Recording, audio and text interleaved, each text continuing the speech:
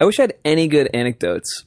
From the international? From anything, from life, from being alive, from wandering around this miracle planet we live on, experiencing the wonders that is being alive.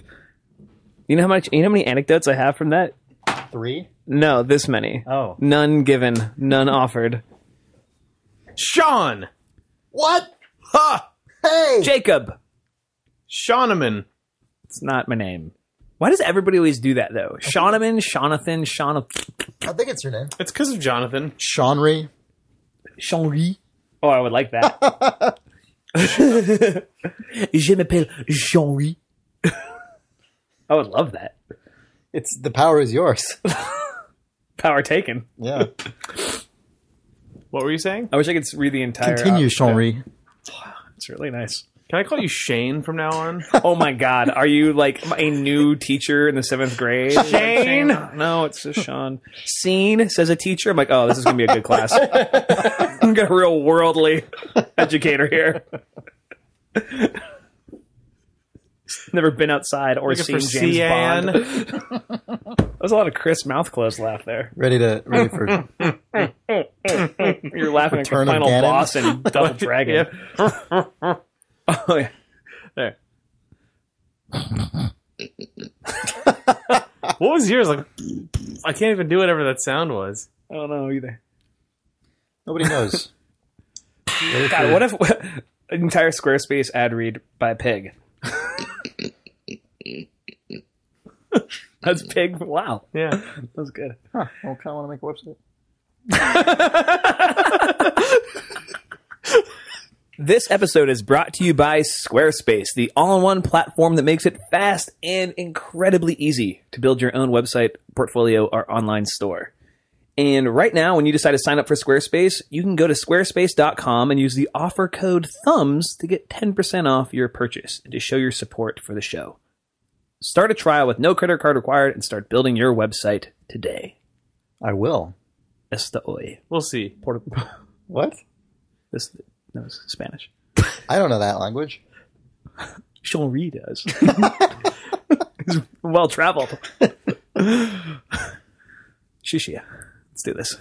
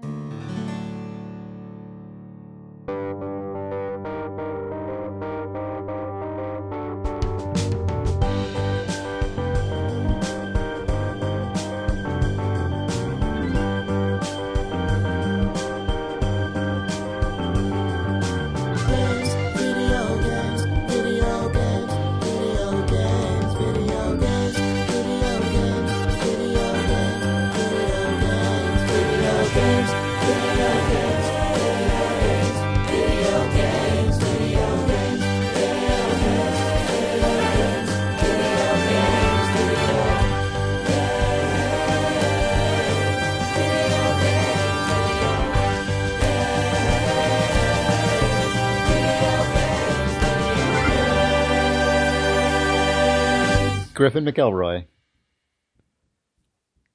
You say McElroy. I know it's McElroy. I'm sorry. Okay, good. Just so you know that it is McElroy. I know. I just when I look at it, my brain. Wait, jumps what to is it? It's McElroy. It's McElroy. Oh, no. It's not McElroy. No. It's July 23rd, 2014. Fuck me! No! This is Idle Thumbs 168, maybe? Yeah, probably. I'm Chris Remo. I'm Jake Rodkin. And I'm Sean Vanneman. You're back. I'm back, guys. You're back from your travels. Your travels around the world. Your international travels. I did have international travels. They ended disnationally, though. Oh. In the fine nation of China. Mm. Yeah. For people who don't know what I'm saying, I went to the International, which is a video game tournament where they play Dota 2, and the finals was between two Chinese teams, Vici Gaming and the team that fucking won, Newbie. I imagine Former VG Gaming Tong Fu. stands So for was that video game like gaming. A resentful thing that you just... That it was all China? No, Or what? the team that fucking won. No, I wasn't really rooting for Newbie. I can't necessarily say why. I was impressed by the way the International is structured. I'm sorry. Welcome. they took 16 teams, narrowed it down to 8 through like a whirlwind week of Dota, which was last week, and then 8 teams competed in the actual arena in Seattle. And in the first round of 16, Newbie was like on the verge of getting knocked out, and then basically like went on a murderer's row run of just destroying everybody to get into the tournament, and played themselves right into the final. So they got to sit around for 4 days and wait for somebody to challenge them. Wow. And then there was no mercy, none. They took the lunch money, they took the shoes, pushed the kid in the dirt, and walked off with the girl. It was a beatdown. But I don't know. I don't know anything about those guys, but they definitely weren't my favorite. But Who was your favorite?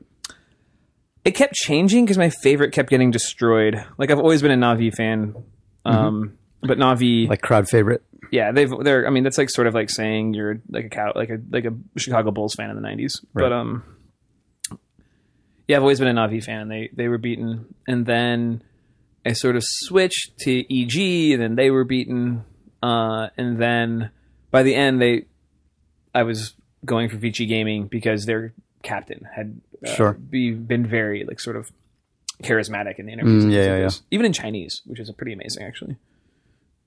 That it holds up to translation, you mean? Yeah, you could just tell with his energy. That's cool. And what's funny is with these Chinese teams, especially there's this player named ROTK who is the captain of VG Gaming. He is like, having lived in China like 7 years ago for 9 months. I don't think You're referring to yourself, not this guy. Yeah, me myself, a young man from like, it's his attitude towards sort of just communication and excitement and enthusiasm and like what he's doing is one that did not exist when I was there, when it came to just sort of being very open with like being gregarious and sort of like talking shit a little bit. And it definitely felt like it was something I'd never really seen before. Like a young 23, 24, like, I guess he's probably now upper class, but like middle class, sort of like educated Chinese person being so like on it with the sort of, just like whether it was talking shit about other players, but in like a fun natured way, or really being open with concerns and anger or whatever. This is not the personality type that you yeah, it was like, it feels like, and the international definitely felt like very much the product of our times. I remember standing there, it looked like 10,000 people in this arena going, how is this happening in America?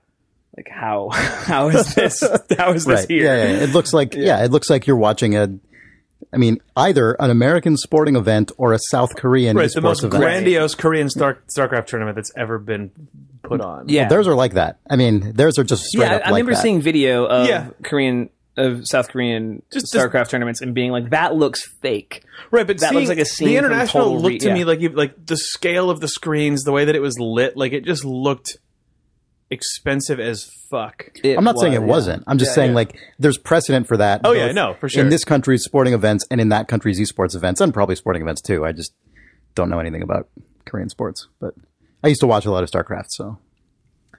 But it was really, the whole weekend was really fun, and the tournament was really well put on by Valve. It was bigger and more intense than I was maybe prepared for. Yeah, But it I was think the pictures you took and put on the Dota Today Twitter feed were bonkers. Yeah, it was crazy. Like the scale was perceptibly huge compared to the previous. Is this the previous the only thing I before? can compare it to is like I went to a Miley Cyrus concert this year, and it was like that. It was just like fucking crazy. Yeah. So many people, yeah. I mean, This the is previous fourth ones one. were in a symphony hall, so it was... Yeah, it was 10 times bigger than any that's previous bonkers. one. And it was filled up. Yeah, it was sold out. It sold sold out in like fast. an hour. Yeah. Jesus. Yeah, it was nuts. It was absolutely nuts. And floor seats were like, well, it was actually really great. They did a thing where it was like for $500, you can get a VIP ticket, but it basically allowed you access to the entire arena. So you could go up to like the VIPs, like sort of like the players. Everywhere where there's like luxury boxes is a basketball stadium, right? Right. So like the owners' boxes with that entire like ring was cordoned off. Like teams so you and had that. You families or basically had to have something? a wristband. Yeah. So if you had a VIP ticket, you could go up there, and I believe so. It was teams, their families, Valve employees, and like people who had bought VIP tickets, and they like Valve served them like breakfast, lunch, and dinner a few days. They had them like to the studio. They had a bunch of like different sort of events over the course of a week. So it felt actually like a pretty good value. You got into the party, which was open bar and open food. So like for a week of entertainment, it's actually not that crazy to spend $500. But they really, I think, put a lot of value into that ticket. That seemed like. But I remember being like, who would spend that much money on that? But even then, floor seats, like regular seats, were over $100. So Wow. it was nuts, absolutely nuts. I've never seen anything like it. So you'd say Valve shipped something this year. More or less, yeah. They shipped, guess, a bunch of money to China. That's what they shipped about $8 million to the People's Republic of China. So crazy. Yeah. Newbie won over $5 million. It's nuts. Absolutely nuts. There was a guy on the losing team who was 17 years old or 16, Siler. He made 300,000 maybe. Personally, crazy. I was watching I Yeah. watched the semifinals and the finals on the newcomer stream. How was the newcomer stream? I liked it. It was good. I mean, I talked to some people who had been watching it who were like, this is still completely impenetrable to me, which I can understand entirely. Like there'd be no way to make a stream for like real Dota players and have it be so fundamental that if you literally know nothing about the game, Right, it you still can't makes watch it was like, impossible. the height of professional level play and then have that be Yeah, 100%. Right. but it was way more comprehensible to me than the normal commentary, which kind of just washes over me and like Right. I perk up when they get excited, you know. But you know, they'll say instead of just saying, and he gets a whatever off, they'll be like, so the thing that this does is this, you know, and they just got used to just always saying that, Right. You know, and so it was cool. I liked it. It was fun.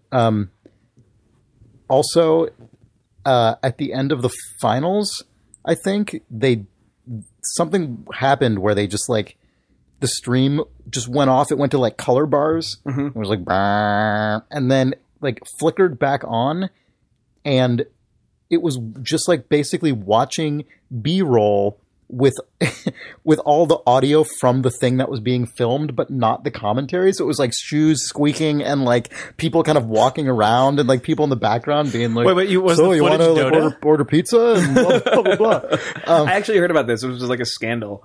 Oh, really? Yeah, it was hilarious. I Because kept it on the whole You time. could hear announcers basically being like, what the fuck was that? Yeah. Yeah, They were just like talking to each other and hanging Which was out. very much so. Last year at the end of the International, Alliance, which is a Swedish team, played Navi, which is a mostly Ukrainian team, and it was the greatest 5 matches of Dota ever played. It was literally decided by one play. Like one guy used one skill, stopped a thing from happening, and the game was over. And everybody went shithouse, and everybody was just buzzing for days. This was the exact opposite.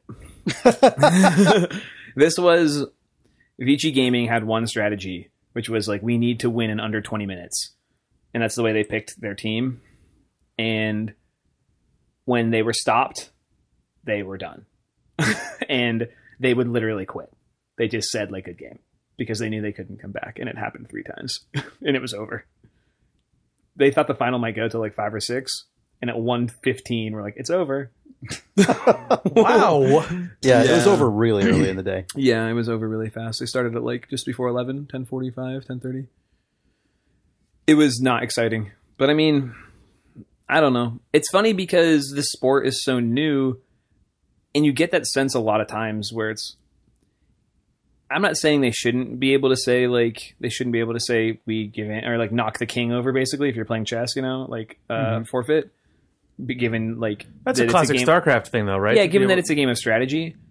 But in a $10 million tournament with that many, like 500,000 people watching Yeah, online, why not go for it? like you kind have of- at least like the 35-minute GG clock. Like Yeah, or just sort of not even the GG clock. I don't think it should be institutional, but as a team, right? Like Yeah, why would you not just in established sports, I think. why would you not allow for the amazing comeback? Right. In established sports, you often see like a fighter will lose a fight. You're like, I just want to put on a good show. People come out here. People, put their money forward to see me fight, and I fucked up, and I feel bad for my fans. But like, you know, I owe it to them to like give it my all. And I'm not saying that VG didn't give it their all, but you gotta. They knocked down like one tower in one of these matches. Like you have 9. You have 9 towers plus your ancient. You know, I guess you have more than that. You actually have 11, but. How do people react to that? Because I remember Not well. That's what I would imagine. Because again, like I said, Nick and I used to watch a ton of StarCraft. Maybe he still does. I don't know. And I remember there was a period of time where like a few American players, actually American and Canadian and like some Europeans, started to like foreigners, I guess, is what they're called in that scene because they're not Korean. Right.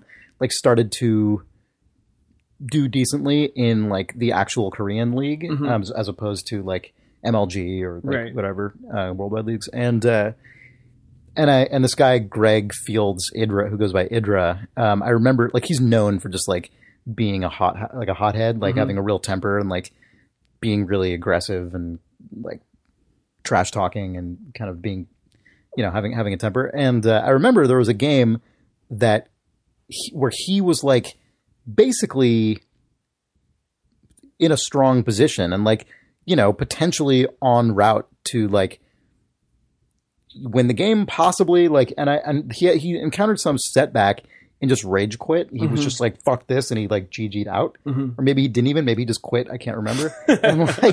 and it was such a huge, like people were so pissed about it. Yeah. Because it's like, why would you not just play this out? I mean, people definitely quit out in StarCraft because there are for sure times where it's like, this is over. This is absolutely over. But also I've seen games of StarCraft, and I assume this can happen in Dota too, where people come back from amazing. That happened a lot in Dota. That happened a lot in this tournament, actually. I mean, DK was playing this team LGD, and it was a best of 3, and they were playing at like 7 o'clock at night, and then they were picking it up in the morning to play 2. And DK, which is sort of a fan favorite team, 3 Chinese guys and a Malaysian guy and a Singaporean guy, established guys who've been around for a long time too, just fucking stomped LGD, who's a Chinese team. And I was talking to like I went over and I watched the beginning of it, and then I was like, man, they're off to a good start. And I was like, I'll go next door and see if like I was looking for somebody, and I ran into Mark Laidlaw from Valve, who I haven't seen in a long time. I was like, oh man, Mark Laidlaw, one of my favorite people on earth. And so I'm talking to him, and we're looking at the game, and I look up, and by the game you're referring to the Half-Life 3 build that he was showing you. Yes. Okay. Absolutely. Obviously, naturally, of course. So we're looking at our Half-Life 3 He pulled out his Android and showed it to you. Yeah. Well, his Android was actually connected to a like new 3D device that nobody's really seen yet. So it was actually, he actually just touched it to the side of my head. Nice. Yeah. Oh, he did the bump. Yeah. Works on brains now. I was gonna keep going with it, but like 36-10 or something, 36-15, and we're just like, ugh, this, and then we start getting into kills. Yeah, it's kills, which is not how you win, but is a good. But it helps. Yeah, it's a good indicator of the stomp. And we're talking, and we're looking up, and we're like, okay, like, oh, LG is really hanging with it. Like, I can't, like, this is why, like, this is, and I actually said something really disparaging, because like Chinese Dota generally is like never GG. Like never give up, like fucking Goonies style 200, like 100-minute match. I mean, you were there for that really long one last year. And I'm like, oh, this is this is the problem. And LGD fucking came back, and they just like, it was like I don't even know how to describe. DK had it completely in the bag, and they just started playing to not lose. And LGD was able to make a little something out of nothing and just take that grain of sand and turn it into a pearl and defeated them. And they were so sad. The arena was just like, didn't know what to do. Like everybody was just like, oh my God. And like we saw one of the guys we saw burning like from DK. Afterwards. And it was just sort of like, don't even like go near whatever's going on over there. Like they were fine. They were professionals, but it was an insane beatdown. And then to go into the final and see VG not even like really make an attempt. And I mean, I think there's a decent Dota argument to be made for like they couldn't, but to see them not in the final with so much energy and so much pomp and so much circumstance was just like sort of like everybody walked away sort of I think like not mad or anything, just sort of a general unsatisfied. We're just like, oh, that was the end, I guess. Especially after like 12 days of insane Dota. And it just sort of ends on this, congrats, guys. Yeah. Yeah. Anyway. Well, really fun, though. I expect we'll hear more on Dota today Yes, we will. We'll definitely be. at http://lords.management. Is that real? Yeah. that's totally real. That's real. That works? Yeah. Yeah, Oh, that's yeah. a real website. That's really good. Yeah. Oh, darn. How was the Destiny beta? God, Destiny. I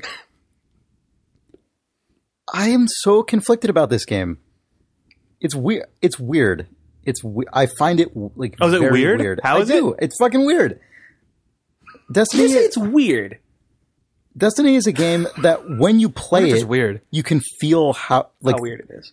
No, God, that's you can feel the ways in which it's a Bungie game, right? Like you can feel the lineage from Halo for sure, but also it just kind of feels like what other games feel like now, just way more big and ambitious and Right. like money behind it. It sounds like how I felt playing Titanfall.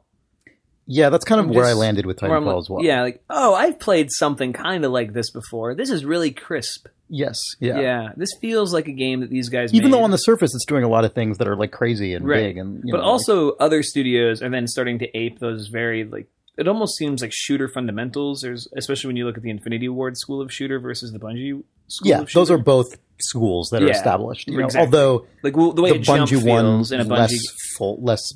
But things like the way a jump feels. Mhm. Is that held over in Destiny? Like the way it feels Yeah, to yeah, jump that's- in Halo? Yes, Yeah. stuff like jumping, stuff like aiming, which is I think Bungie still does better than almost anyone, and that is like that kind of feel extends to their UI, which Jake talked about like a month ago, and I think is incredible. I think the Destiny UI in that UI is, game like, one of the so best things. Good. It's Ugh. so pleasurable to use and really clever, and like it's so complicated, but it feels natural. Like you're dealing with so many layers of shit. Anyway, sorry. yeah, The video it's like game. it's got just a quick detour into UI. Like the Destiny UI achieves the level of UI complexity that you can get with like a desktop computer, but with 2 analog sticks and basically 2 buttons, right? Because you got confirm and cancel. Right. And it like- makes me want the Destiny UI team to now just try it for no reason to make like a civilizational real-time strategy game as their own separate team, Right. because they could Yeah, probably if make those it guys had fucking- made that instead of Halo Wars being made by Ensemble, which was a PC company, right. like that could have. I mean, imagine what they could have done with that. Given because the guy who did the UI for this game has been there since like Halo 2, right? Yeah, I or was going to something? say Since even Halo, just- Halo. Since sorry, Halo I'm looking at 1, the start yeah. menu and stuff, So, I and mean, you see its lineage. Yeah. and stuff like that is great. I love knowing things like that, right? Like that guy has just been there. He never had to do something like this before in a Halo game, but he fucking figured it out and he did a goddamn good job. Like it's impressive as hell to me. Yep. What's a bummer is that exact thing that I just said is not how the game itself feels. Like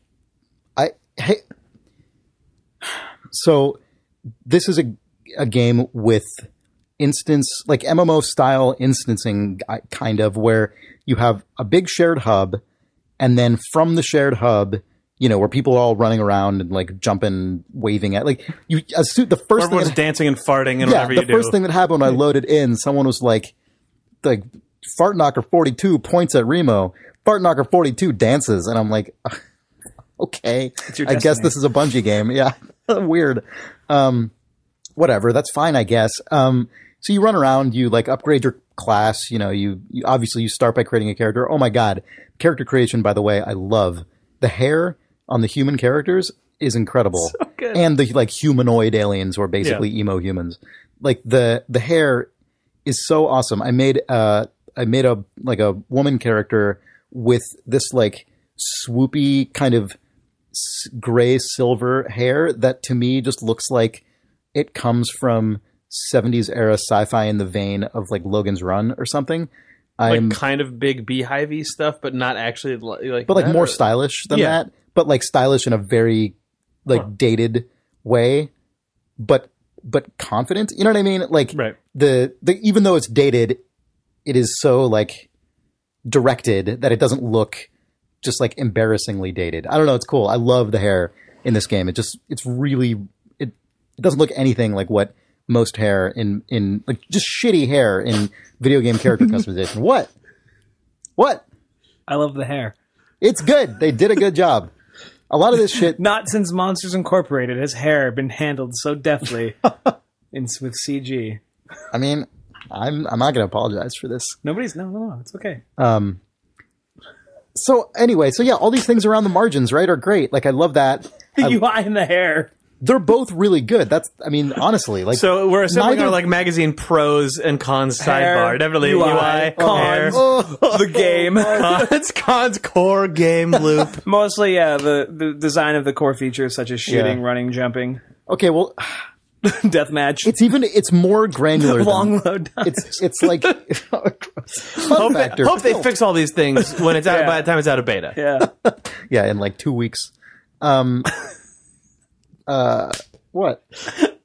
Just the way you said that sounds like a in 2 weeks. That's always what those previews are like. I know. They're like, the game's shipping in a couple weeks. We're confident that the developer will be able to plug all the gaps and like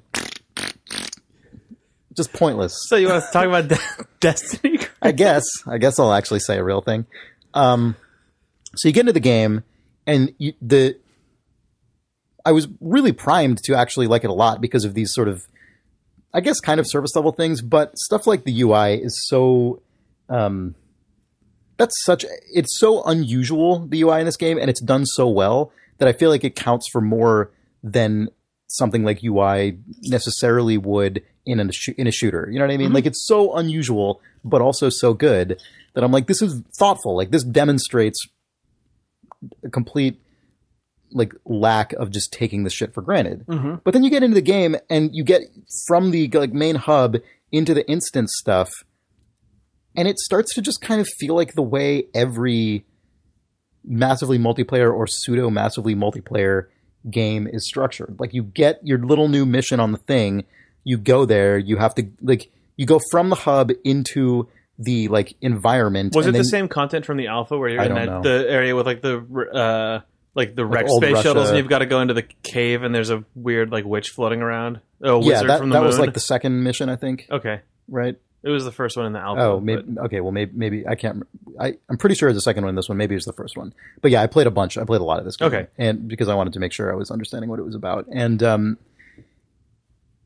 you go from the hub area to the like main landscape, and then from that into the instances, and it just feels like this is just what happens in these games. Like, it all feels very arbitrary to me. It's like, I get that feeling that I get in MMOs of like, this content is just disposable because I see everyone else jumping around doing the same things I'm doing. And there are cool parts like being able to join into a world event just because other people are also there and are doing something. And it's like, oh, there's this crazy, like a large scale version of a journey type thing or something, or like, yeah, like there's an enemy on the map that gets spawned, and it's like, if you are in this area with these other people, you're all doing it together now, even though you're not in the same party necessarily. Right.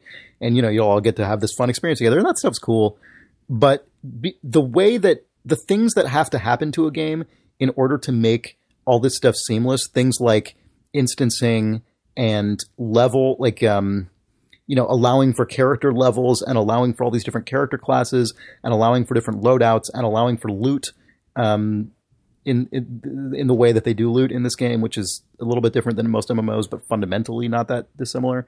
And like all these different things just kind of squish the possibility space of the core game loop down from what it is in something like Halo. Like in Halo, you have your different difficulty levels, but that's it. Like inside the game, you're running around, you're picking up different weapons as enemies drop them, like you're flanking enemies, like the damage that they take and the damage they deal is precisely tuned versus what your character is capable of. Right.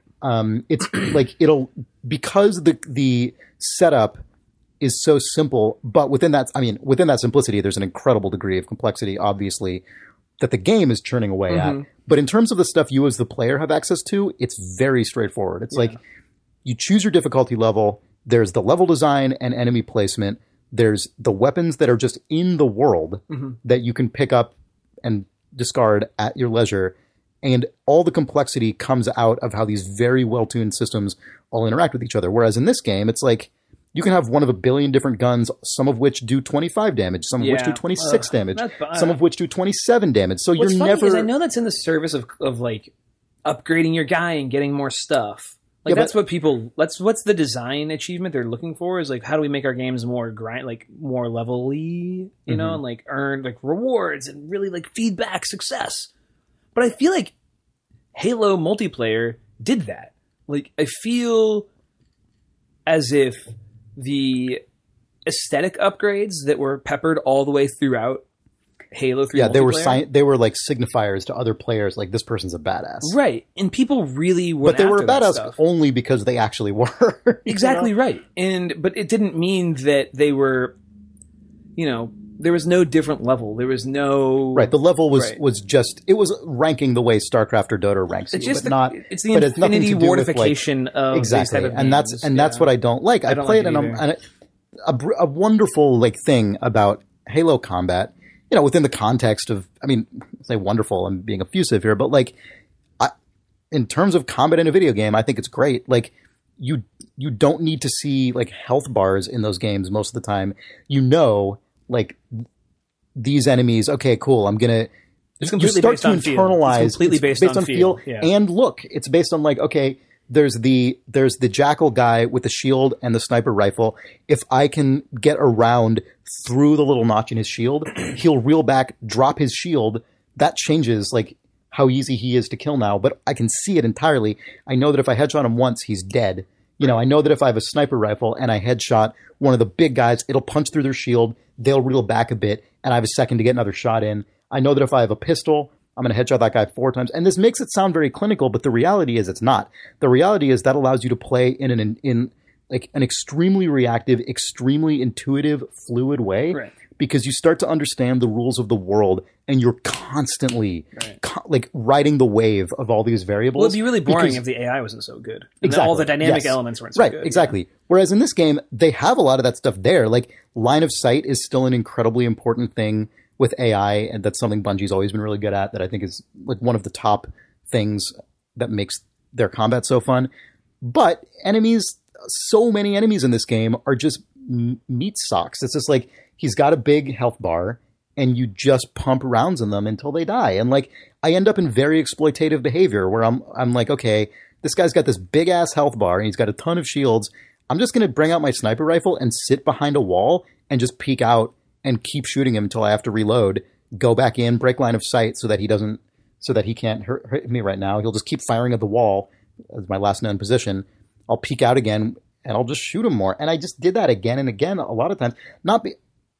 I could choose not to, but through a bunch of trial and error, in a lot of cases, that was just the most efficient thing And it just to didn't do. feel more interesting to do it a different way. Yeah, I would try, and then I would eat shit, and then because of the way the structure works, of these instances, you get bumped all the way back to the beginning of the instance, which is like fine in theory, and I can imagine if you were in a group of people, that is really cool, but it bums me out that it's tuned so specifically for that, because like this is just a dumb thing to like say in a way that sounds like I'm bragging, but like I play Halo on Legendary. Like I play Halo. You're really good at video games.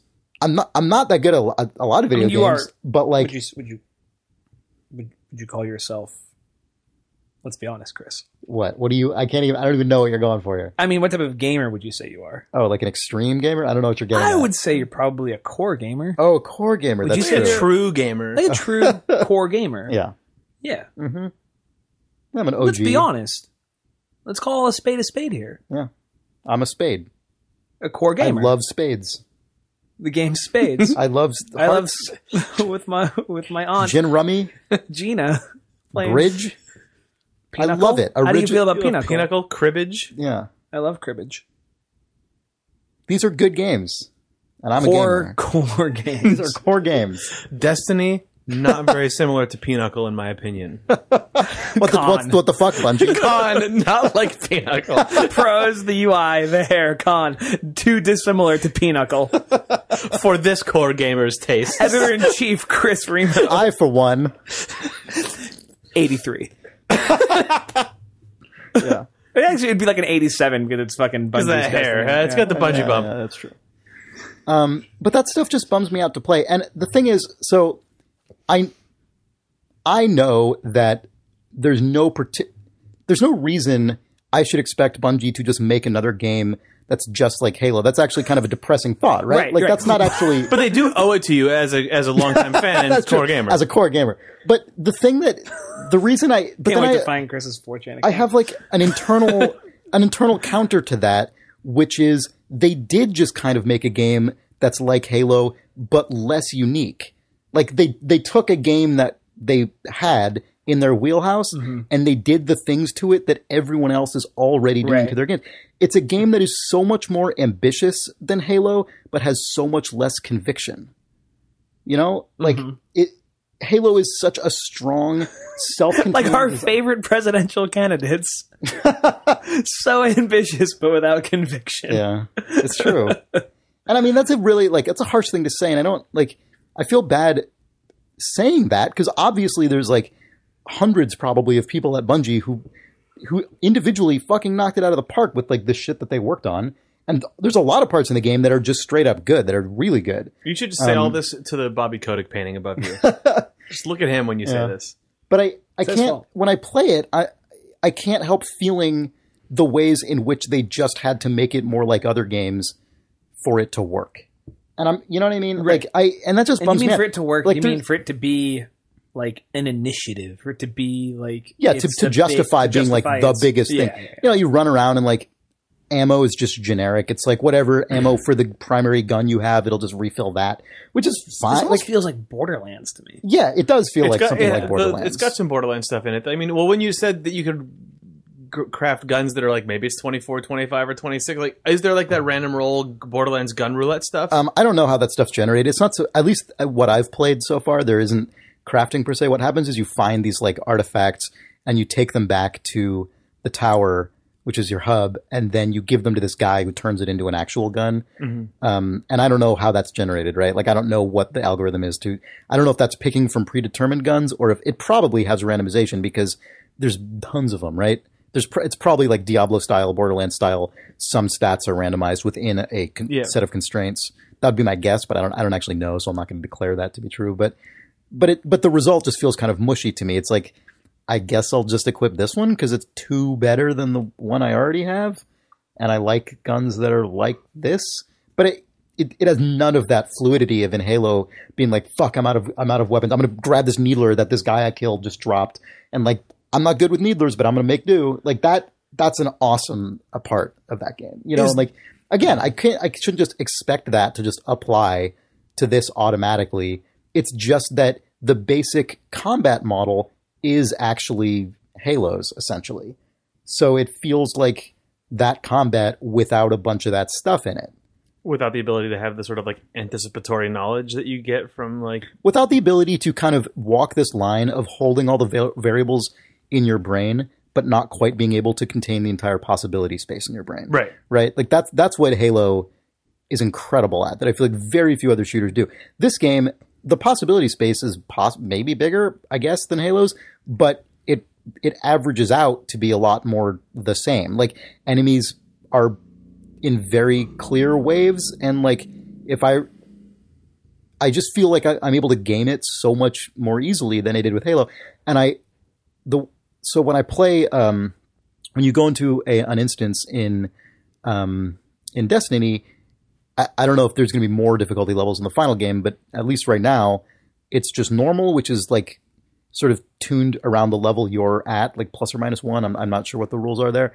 Or you can choose hard, which is usually like tuned for like 3 levels or so above you. So I did hard for most of them, which is what drove me into that regressive behavior, which is so I went back to normal and had more fun. But it bummed me out that when I went into the hard mode, I kind of just knew it was like, these guys are just going to have way more hit points and like be harder in a very normal way. Maybe that's what's happening in normal Halo 2. I don't really know necessarily all the things that change to make the difficulty levels change. I don't know, man. It feels like those guys get way more aggressive in your fucking grill on hard. I mean, that's probably true, and that may be and that may be true of this game too.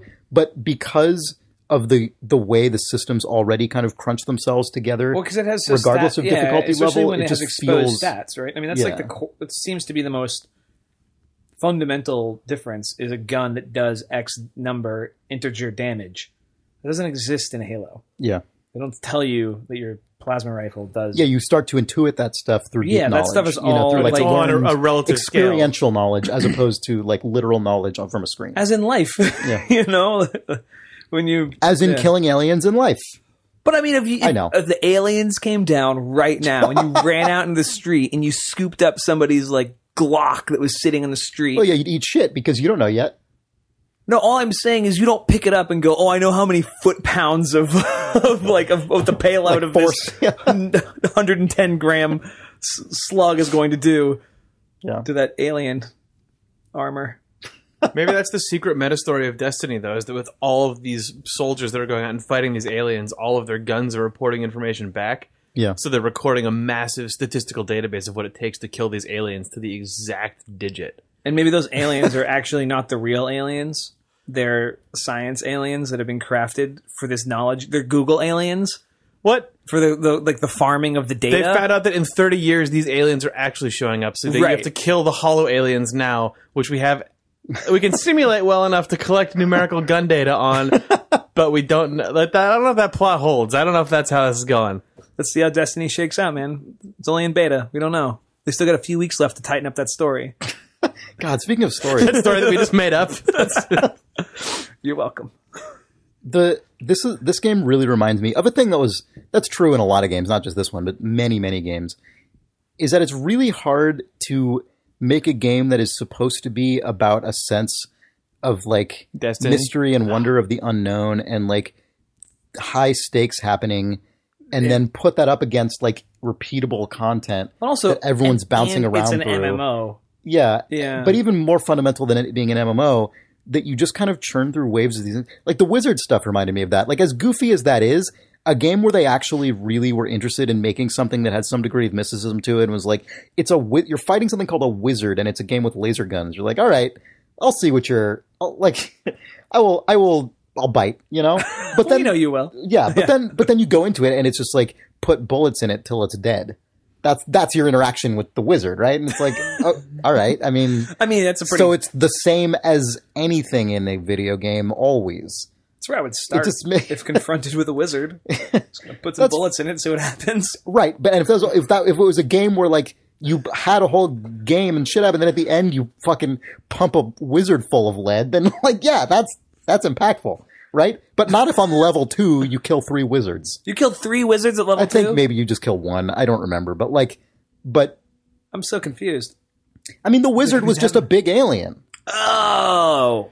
Yeah. He was just like a sub-boss level. It's just another enemy that you kill. Like Yeah, all this the other game ones. does not just have like epic space sorcerer like with his puppet hands. I thought it leering. was a This is beard, not like the whole situation. Admiral Thrawn, what I'm- heir to the Empire cover grade wizard looming over this story. That's not happening. But what I'm saying is, even if it were that, in reality, it would collapse down to you kill things. Can you confirm that? You see what I'm saying? Like, that's what makes, like, this game basically looks like, Well, it's a shooter. I know it is, and that's fine. I'm just saying, this is not a sole criticism of Destiny. It just reminds me of it because it's even more like that, being an MMO with this, like, infinitely repeatable Right. content and this, like, designed to be churned through. Like, it just brings it to the forefront of mind even more, but it's not specific to this game. It's just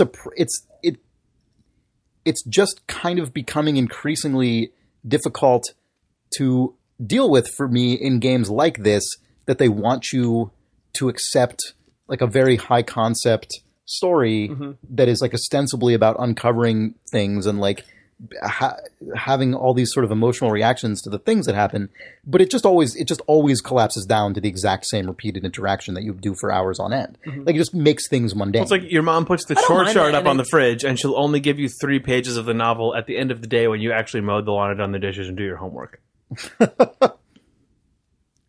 Right? What? I don't know if it's like that. What did Susan Oh. Rodkin? What was her? No, that was a different thing. Oh. I had to do a lot of chores to get a Nintendo. Good. I don't know. No, you're right I though. can put up because- with that though in a single player game. It's easier to in a single player game for Yeah. sure.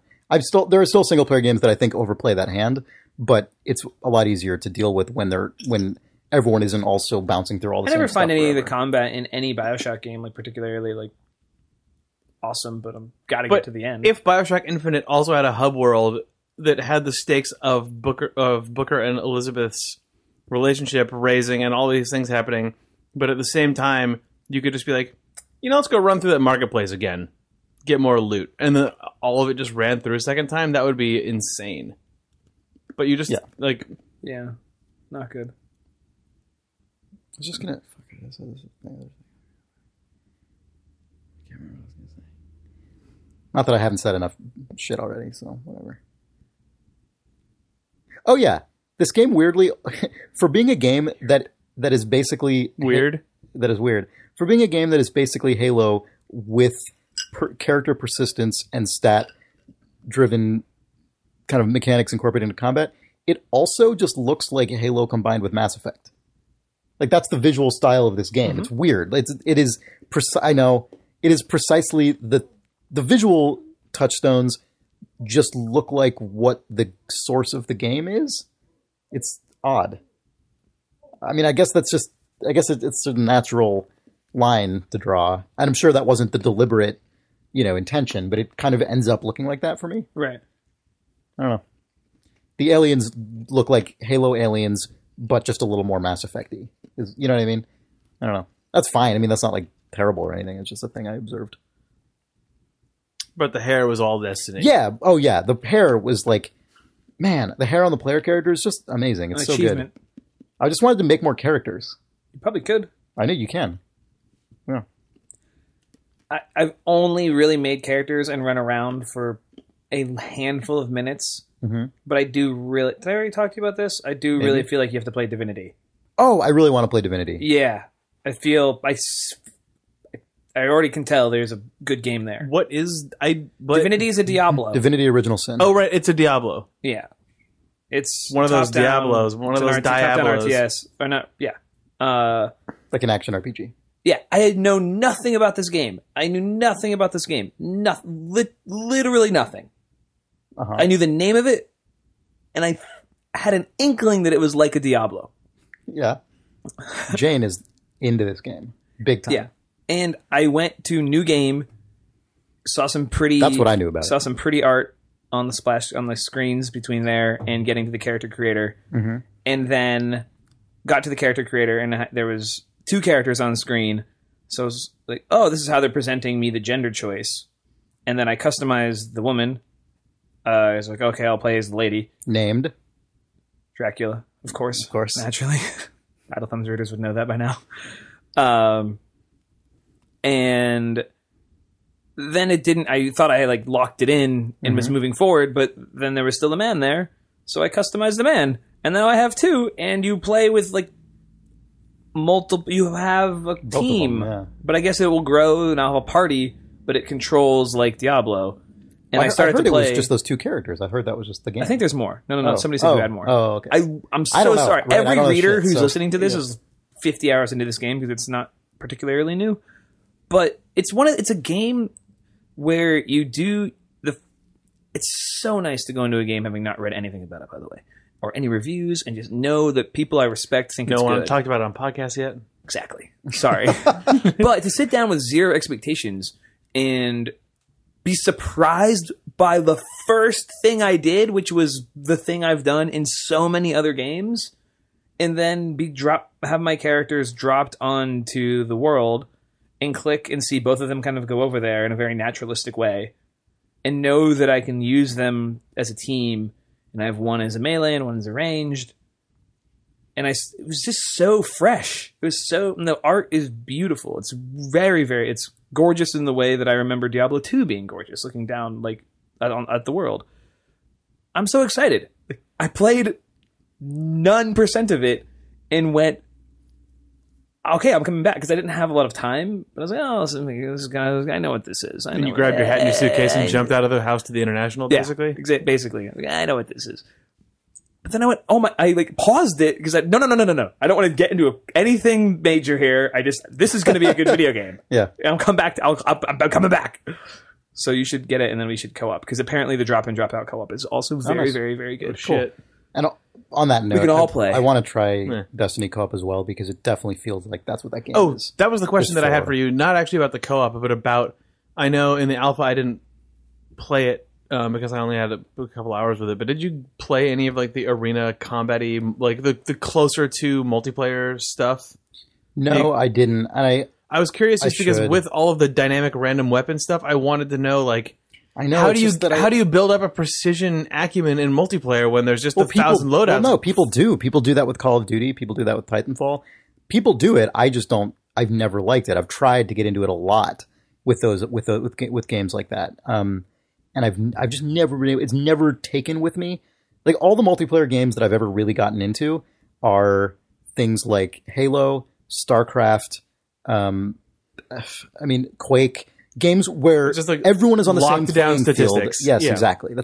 Those are the only games that have ever connected with me, multiplayer games, enough for me to play for a long time. Right? Like I've spent like a few days or a couple weeks with tons of multiplayer games, but the only ones that would grab me for months at a time, or like in some cases years at a time, are the ones where I know. And I'm the exact same way with board games, right? Like I typically don't like board games that are super content heavy and have tons of really specific rules that come up when you play one card. I like board games that have a comprehensible number of fairly simple mechanics that are always on the board all the time. They're not like secret in a deck or something, but everyone knows what the variables are at any given time.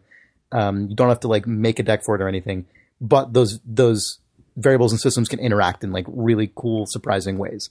Those are just the kinds of multiplayer wise. Those are the games I like, right? Single player, whatever. I'll do it, whatever. So, and co-op is also kind of a little softer in that regard, right? Because co-op, so much of it is just like you bouncing around with your friends. So I would like to play co-op Destiny, but the reality for me in the last several years has been there isn't really a time where I'm, and this is me, right? This is not like a criticism of anything or anything necessarily relevant to any other human. This is just me. But with co-op stuff, I find it so hard to find time where I'm excited to play co-op because I have so little time that's purely to myself just in my life that by the time I can actually set aside some time to play a video game, I kind of don't want to be accountable to anyone else, you know? Like I'll play, I don't know.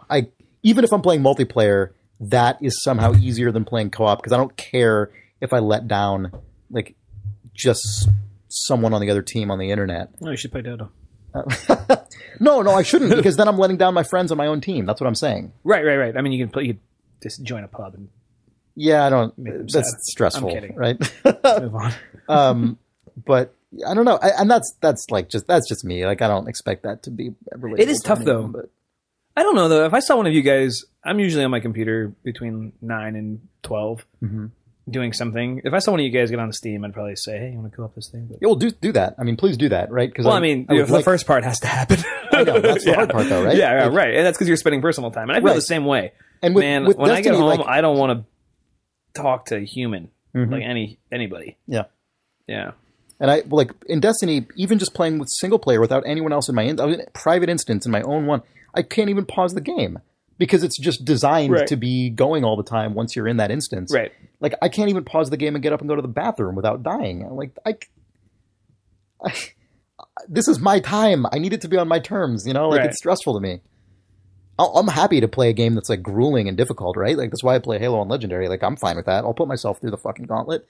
Like, I mean, I will. Like that's your core game. That's fine. But I not being able to just like pause it when I want, and you know, like feeling like I don't know. That's Sorry, when you just, said pause it when I want, I thought of you like putting forward a point. right, like stop walking in the game. Now and going, see here, huh, Bungie. this is a very interesting creative choice. I assume. Yeah. And this is like, it's a bullshit criticism because obviously it's like that for a very clear Right. and It's in core to the- defensible reason. Like it's Right. not a bad thing that they did. Right. It's just a bummer because I play it and I'm like, this is just, I want to like this a lot more than I do, and I will give it that chance for sure. Like, I will try the co-op, I'll try the arena stuff and see. It just, like, I don't know. I wish I were more excited to do that. You have the potential to be the best Destiny player ever, so just you should take up that. I don't think so. Because I never got that good at stuff like Call of Duty or anything. Games with loadouts and like leveling up and persistence. Like, just, maybe that's what sets you apart. What? What? I don't know what you're saying.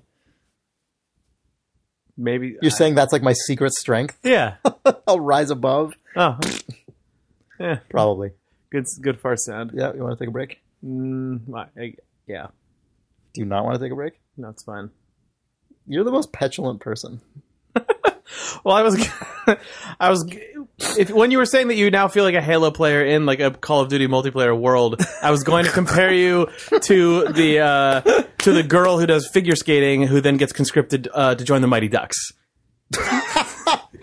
So maybe that's you. I see. That's probably. I thought the goalie was the cat, but you're talking about the other girl. Yeah. The cat isn't the figure skater. No. She's just a badass goalie. Yeah. You know that could also be Chris, that story though. had gone the other way already. It's just a reverse cutting edge. What? The badass hockey player becomes a figure skater. Huh. The reverse cutting, yeah. I'm saying Mighty Ducks 3, I think is when that one was in. No, 2. It was the Junior Olympics one. Is when they got the... I thought Figure Skater Lady was number 1, original Mighty Ducks. Was it? I thought it was classic Ducks. Oh, you might be right. I think you are. Cool. Anyway, Cutting Edge still came out before Mighty Ducks. That's fine. Chris can be either way. It's fine. It's Chris. You're like Emilio Estevez in the Mighty Ducks. you're like an alcoholic lawyer forced to be the hockey coach of a shitty team. So you're going to be fine. Great.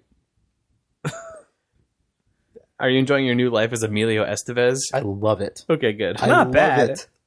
Estevez, what a great name. Son of a president. Put that on my business cards. And now we should take a break. And talk about... So hot.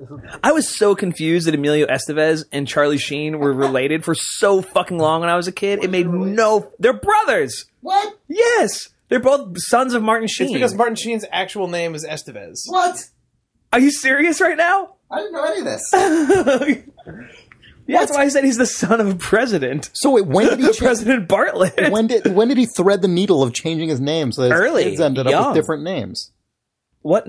No, I think I think Emilio Estevez just chose to take the real name, whereas Charlie Sheen chose to when take he was a like stage name. 15, when he was young. Yeah, young, he was young. like, When no, he was Emilio- before, this is before the Emilio Breakfast Club. Sheen sounds more like an action movie star than any of those guys. But Emilio Estevez It's still a better fucking name. good name. It's a good name for sure. Yeah. Don't get me wrong.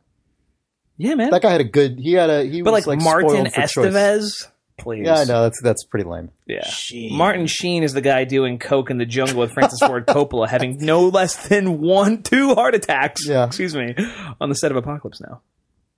At the ripe old age of like 29. That's You all. want to take a break? Yeah. I cannot believe you didn't know that. Yeah. Video games. We would like to thank our wonderful sponsor, Squarespace. Squarespace is a really great website platform where you can build an online store, a blog, a portfolio. It'll look clean and nice and professional and very customizable. It'll look great on an iOS device. Let's just say like a mobile. On mobile. It's like a smart Like an screen, Android, like a touch Windows screen, phone. like a second screen. How do you think it would look on, say, a Nexus 7?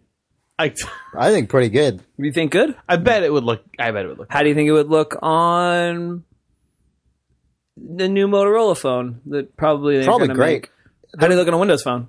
Super good. How about like the PlayStation 3 web browser? That's a very good question. I'm it would sure it's going to look nice. Still look good.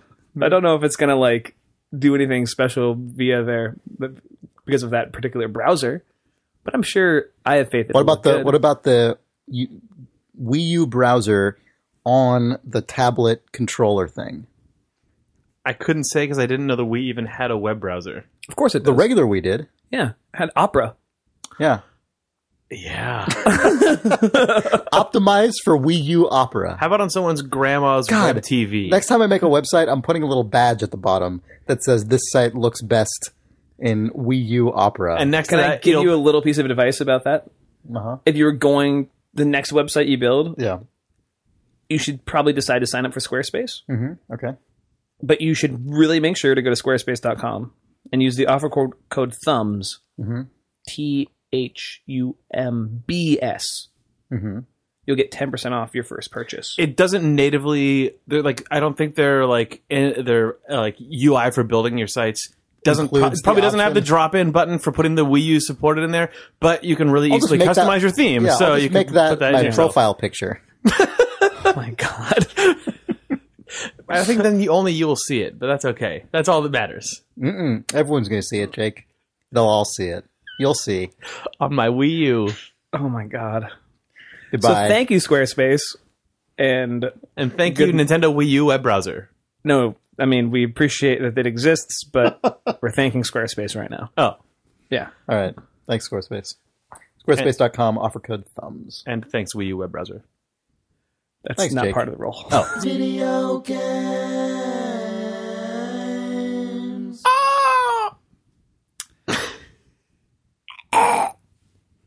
What was that? It was going to be a crow sound, but I couldn't get it all the way there. Your pig is better than your crow. Yeah, you're right. Jesus. God, you're the pig way better than you're the crow. Fucking 4 decades of smoking crow. That's. I was going to try to talk about like selling that to King Feature Syndicate or something, but I got nothing. 4 decades of smoking crow. Ooh, we're back Jesus. from okay? the brink. Whew. We were doing some sweet like mantling moves. Yeah, sure. Man, Brink. I played that game a lot, weirdly. That is weird. I mean, it's kind of... It just What's the weird count on the episode, you think? The like Remo 4,000? weird count. I would call this episode Weird 4000. No. No, you will I would not. I mean, I would call it that, but I'm not saying what it will be called. Right. We've Did I already... ever tell you guys about Oh, God. the time I was in college and my... Can't wait. This is not like an outrageous college story. It was just a dumb thing. And It's getting better. my roommate in... College. My roommate, Barack Obama.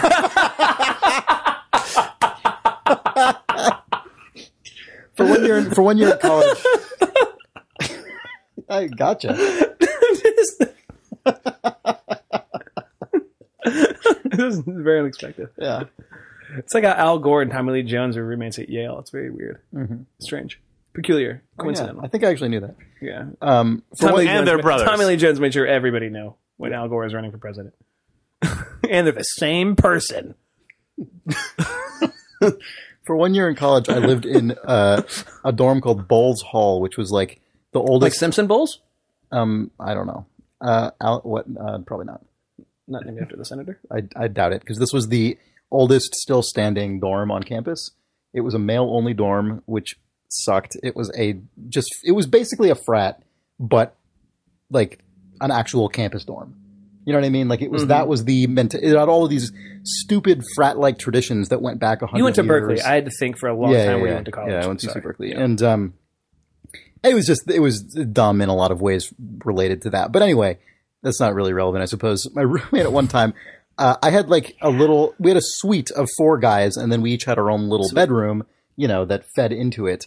And I was coming out one day, and my roommate I'd walk through his room to leave our suite. Did you your own private room?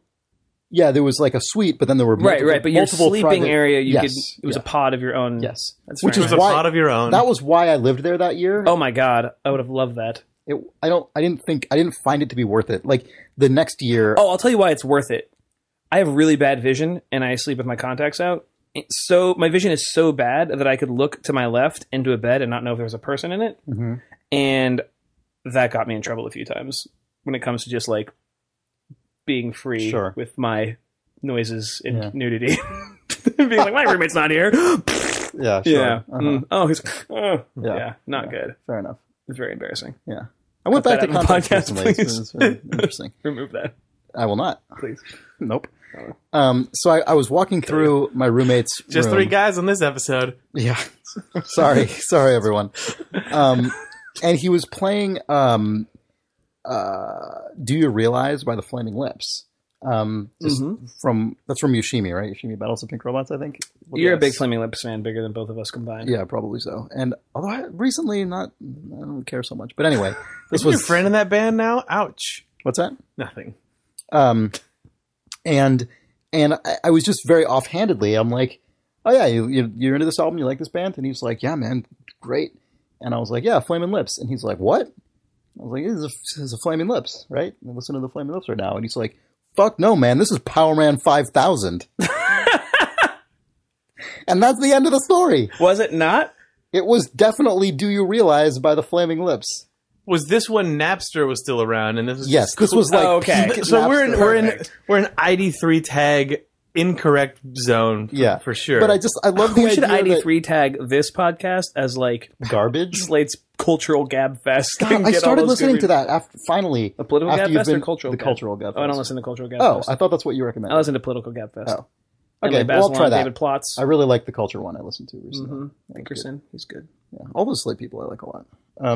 At least their podcasts. But anyway, I liked the idea that he was so like offended that he would be listening to the Flaming Lips instead of a fucking hardcore like Powerman 5000, but just was That's really funny like to me. so oblivious. It was amazing. That is one of those experiences where just that like 3-sentence exchange is just occupies.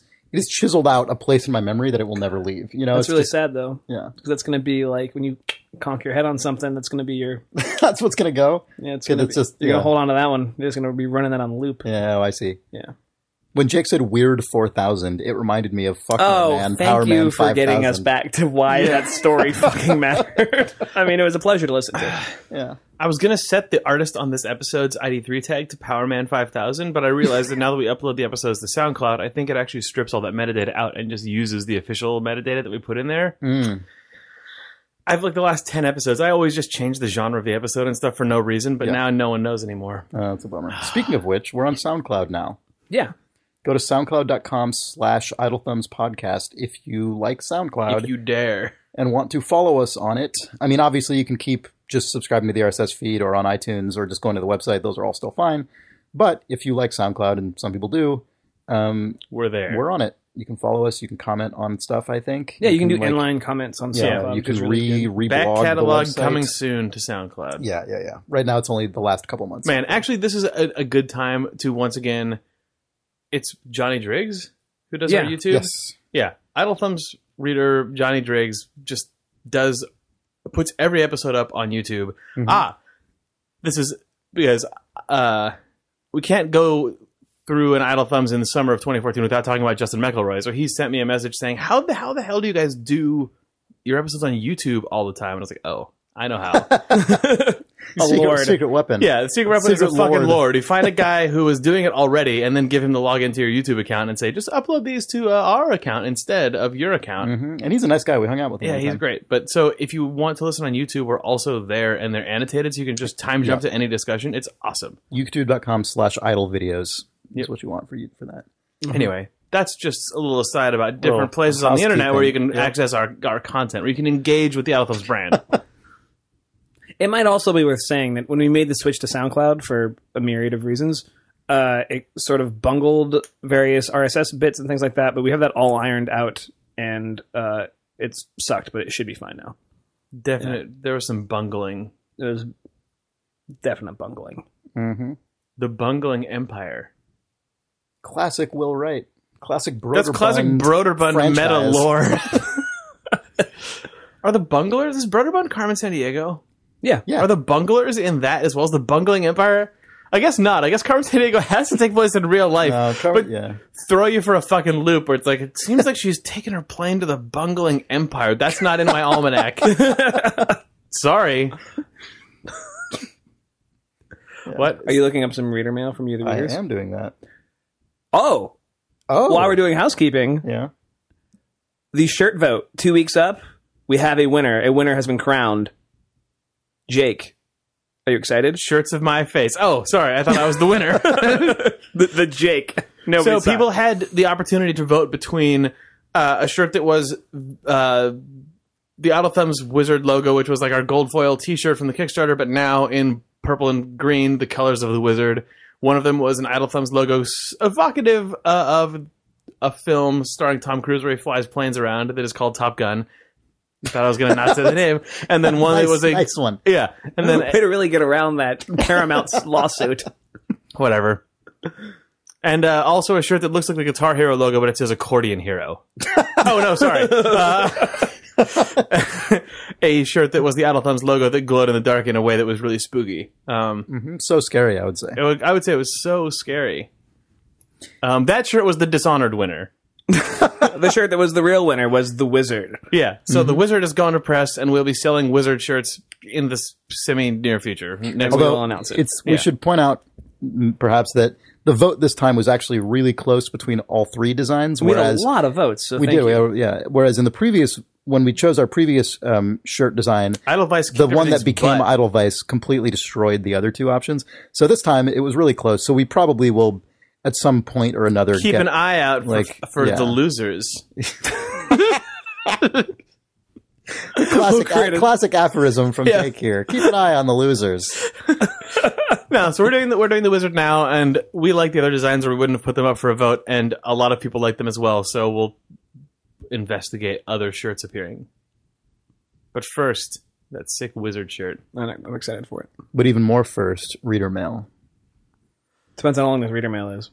Matthew Cole writes, Dear Thumbs, as someone Matthew. whose gaming history included a strange convergence of King of Fighters and Dance Dance Revolution around 1999, let me tell you, I think that's a lot. I think a lot of people that was probably true for. For what? King of Fighters and Dance Dance Revolution around 1999. Yeah. I've never actually played King of Fighters, but that was a thing I remember people being really into, at the time. Same. Anyway, he says, as someone who for whom those two games converged at that time, let me tell you exactly how a fighting game with a dance pad plays out. Painfully. To do a fireball motion, the quarter circle forward and punch basically involves shuffling your leg like the Thriller dance, but faster, followed by a pratfall onto the right arrow and X button simultaneously. This does not feel good, but the advantage is that your opponent, if he is also playing on a dance pad, has limited evasive options, so even a simple Hadouken maneuver can be devastating. Our fake video game fight was essentially a contest to see who could injure themselves the most in real life. Never again. Keep casting, keep dreaming, and Kilo. Thanks, Matthew Cole. Keep casting, keep dreaming, and Kilo. It just elevates that. Is that why you read that email? Because of the good sign-off? No, because no, it's not. But because it was relevant to a cast, but also quality sign-off. Right. Very good sign-off, Matthew Cole. Yeah. No, that's I'm surprised there aren't, maybe there are easily available videos of this. Probably there are, but they're probably bad. Mm-hmm. I want someone to do this right. I want someone to do this with an event. The biggest event for this is Mega GURP, which is not a real fighting game, but That's it's true. playing GURP on dance mats is pretty good. Although I guess that game isn't as rapid fire, you got to execute controller moves with your feet. Sure, yeah. Dante Douglas writes, Hot jeans talk over here.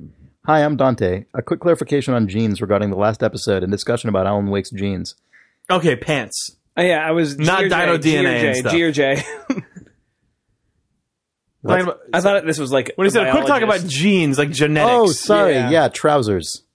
Dante Douglas writes, the definition of these sorts of things varies by brand. The general consensus on denim cuts is that skinny jeans are skinny all the way down, no or little taper from thigh to ankle opening. Correct. Slim are usually similarly cut, but with generally wider opening throughout the leg, and regular fit are the widest. Then you get into variants of taper. Relaxed fit jeans usually taper outward to some degree, ending with a larger leg opening than thigh opening, though this varies based on brand. Bootcut jeans are tapered to the knee, then flared. Levi's bootcut jeans were basically just repackaged bell-bottoms after the 1970s ended and no one wanted to buy bell-bottoms. The rebranding worked, and for some reason people actually think you have to wear bootcut jeans if you're going to wear boots. The ankle opening is larger than the knee opening, and the knee opening is usually smaller than the thigh.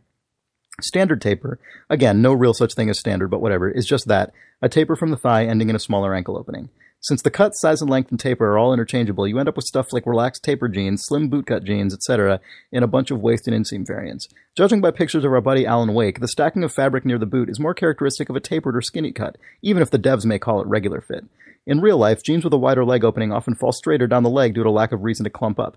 My guess is the devs wanted that cool 1940s jeans look that everyone likes, but didn't want to give the character skinny jeans for whatever other reason, probably stigma around the term skinny jeans, but that's another story.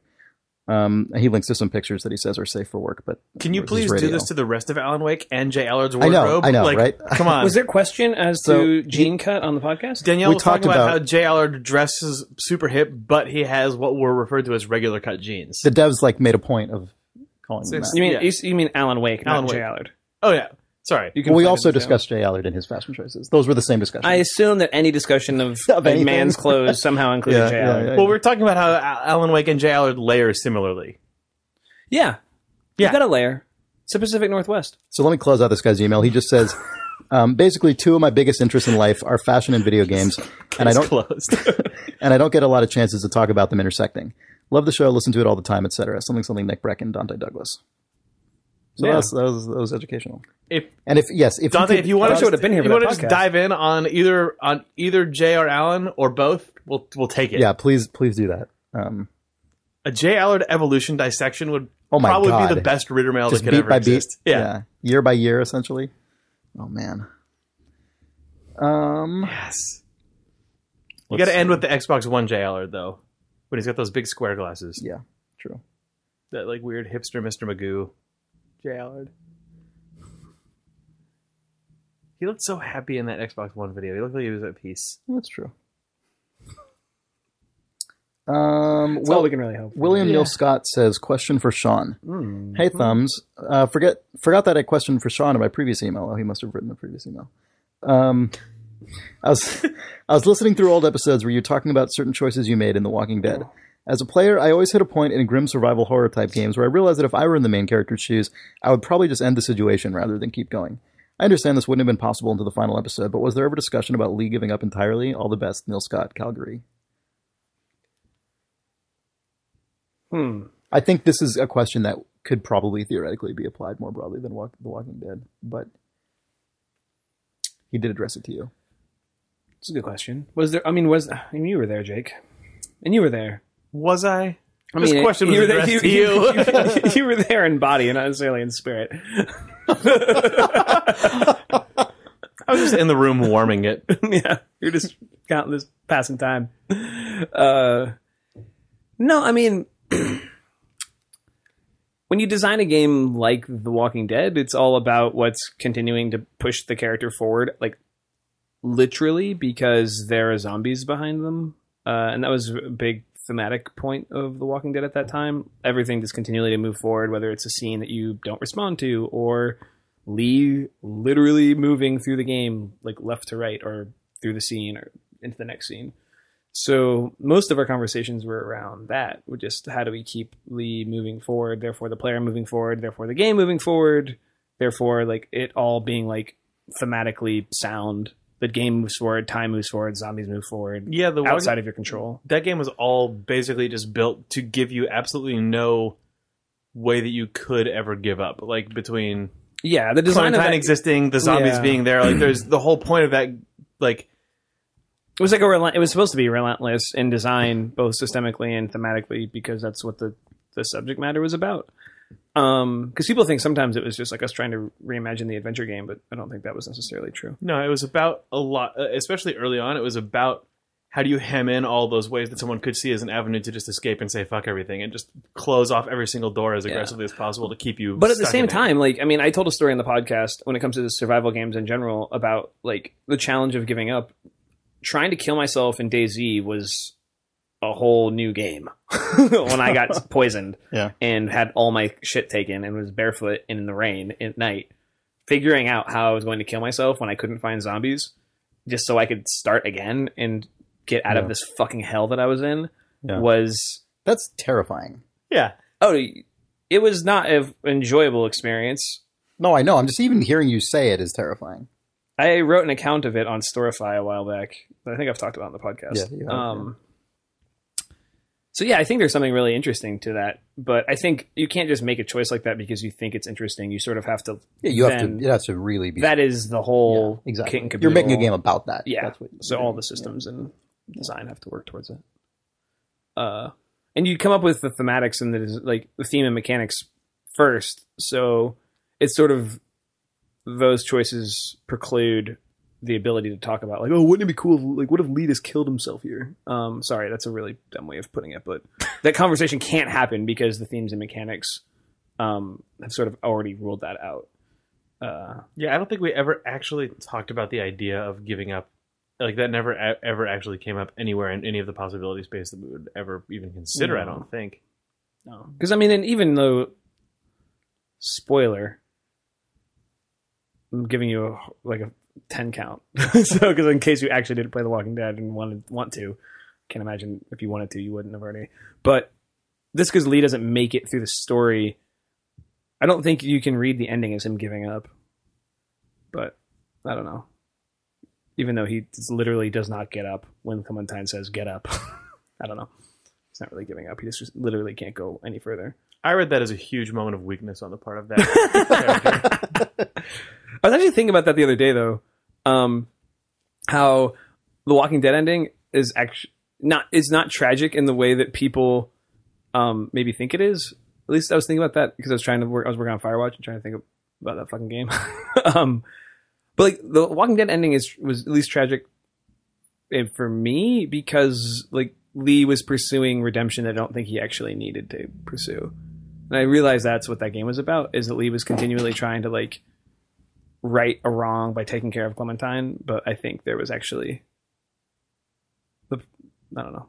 I don't think he actually had any wrong that he needed to right. I think he was fine. I don't know. It was dealing with self-inflicted guilt. Yeah, and it ends really sad because you see, like, I don't know, like the way the way those guys animated the last scene, like when Lee like dies, especially if she leave him, Right. He sort of has this look on his face where he's like, "Oh, she'll be fine. I'm at peace," even though it's delusional. But the whole thing has kind of been a delusion because I don't think Lee ever needed to redeem himself. I don't think he was. I don't know. I was thinking about that recently. But that was what we always talked about, right? But I don't actually think he actually like. I morally, as the audience member, don't think he needed to. Anyway. I'm far enough away from it now where I can think about these things.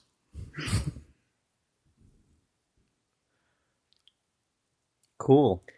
Sorry, I'm the sort of person who would now, like, I don't want to just get into it on the podcast because I don't see the point, but I now just want to keep talking about Walking Dead Season 1 and Lee's motivation on this fucking cast for 20 minutes. But I actually agree, and yeah, I agree. That's all. Only took me, almost 2 years to come to that conclusion. Check back on Idle Thumbs 311 for my breakdown of thematic implications of Firewatch. for us missing the boat on some key thematic points. It's funny that Henry sort of had it all fucking twisted, didn't he? Oh. He didn't even need to go out there in the first place. We'll be recording this podcast from underneath a bridge. Our cardboard studio. Don't knock it. After. Hopefully by then we'll have released that one file that's sitting on the hard drive. Oh man, can't spoil that. I know, I almost just said hopefully that's when we release the file, which has nothing to do with Walking Dead or Firewatch or anything like that, but I just, future time, things locked in the vault. When we're right. Reader mail more? Done? I think we're all set. If you have a reader mail, write us to questions@idlethumbs.net. Also, we did 1,000,000 miles of housekeeping earlier in the episode, but now I will... So rewind and listen to those. So all I'll say is rate us on iTunes. No. All I'll say is follow us on Twitter @idlethumbs. No, sorry.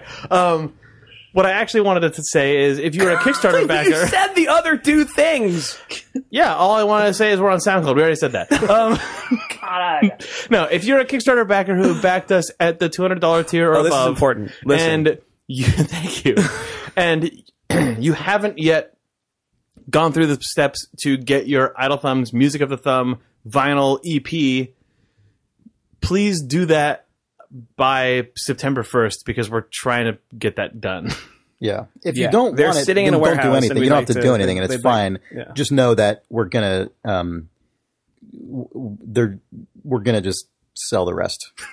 Because I mean, I'm just saying, like a bunch They're of readers actually just sitting in a warehouse taking up space right now. And a bunch of readers have contacted us hoping they could buy one, but they're all sold out. So if people who backed at that level don't want them, you can just let that expire, and that's fine. But if you do want it, please, it's waiting for you right now. yeah, so find the email. Like, just search your email for Idle Thumbs Kickstarter and find the email where we sent you. We'll your also code. be sending out a Kickstarter reminder to people at that tier and above sometime in the next week. Yeah. So if you didn't get the old email because you've changed your email address or anything else, change your Kickstarter email address now so that To when your we current one. to your current address, so that when we send the update out, you'll get the information for how to redeem the album if you haven't yet redeemed it. Yeah. Because a number of people did get theirs, but there's still quite a few backers whose albums are still outstanding and just And it is an outstanding album. Oh, I think it's good. thanks, John. I'm glad I did it. You're glad you made it. Yeah. Yeah, me too. The album is by Chris Remo. All right. I thought we were done when I said Chris Remo. Another Idle Thumbs in the bag, guys. How was it? Fantastic. Now it's time for our Idle Thumbs recap show. Remember in Chris... What are the pros and cons of this episode of Idle Thumbs? Chris's hair. Pros, Chris talking about hair. Chris's hair. Chris's hair. Cons, You need a haircut, the dude. stuff Chris didn't like about Destiny. It's time for a trim. Chris's need of a haircut. You made that Half-Life That's a 3 lot more gag. cons. Oh, that was pretty good. One of the high points. Yeah. How are we on the pluses and minuses here? About even? I don't know. I don't know. I'd rent it. Tilt. What's the fun factor of this episode of Idle Thumbs? Low. For who? Yeah. You did talk about The Walking Dead, and I've kind of been holding out, waiting for that conversation to finally hit the thumb. Yeah, but then con spoilers. So, Yeah. oh. Pros, gene talk. Con, wrong kind of genes. Pros, learn about Alan Wake's fucking gene cut in extreme detail. Cons, list of pros and cons and a recap segment at the end of episode. Cons, no reference to Con Air. Well, pro, reference made. Pro, it ended. That's obviously the end of the episode, right? Yeah. You're going to not put all that other bullshit in. That was a fucking Oh, that's going in. turd factory. That was the Plato turd factory. God, I interpreted that as like Plato, the philosopher. Plato's Have you ever read Plato's Turd allegory Factory? of Turd Factory. He talks about the separation Like- of. He talks about like the separation of powers was inside the turd factory. He who produces the turd, and then he who packages the turd. Mainly, he just talks about turds. Yeah, there's a sort of a. Yeah, Plato's Turd Factory. Well, now we have to keep all this content. It's like, cool episode, Plato's Turd Factory, because last episode was about skeletons farting. I feel like we gotta be on a fucking roll here. We gotta let people know that even without Danielle, we still got it. episode 169 is just going to be called diarrhea at this stage. The way we're going, Yeah. a wet fart. Oh no, we already did a fart episode. Yeah. Yeah. Excrement with an exclamation point. Idle Thumbs 172, a trickle of discharge. Oh God. Feces.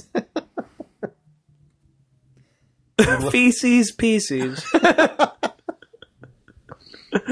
Reese's Feces, another fantastic. Look, it's feces pieces. Feces pieces, spelled F-E-C-E-S, P-I-E-C-E-S. Sorry, this says feces pieces. No, that doesn't rhyme. It says feces pieces.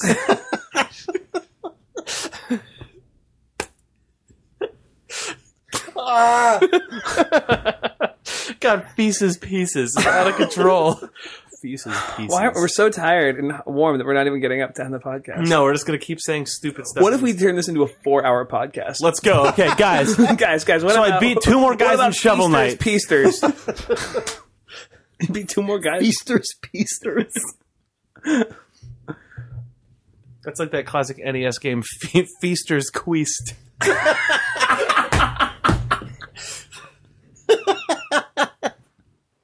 You're the worst. I don't think I am. I think I'm going to be the one who keeps this 4-hour marathon going with Feaster's Queest discussion. Off the cuff, no Skype.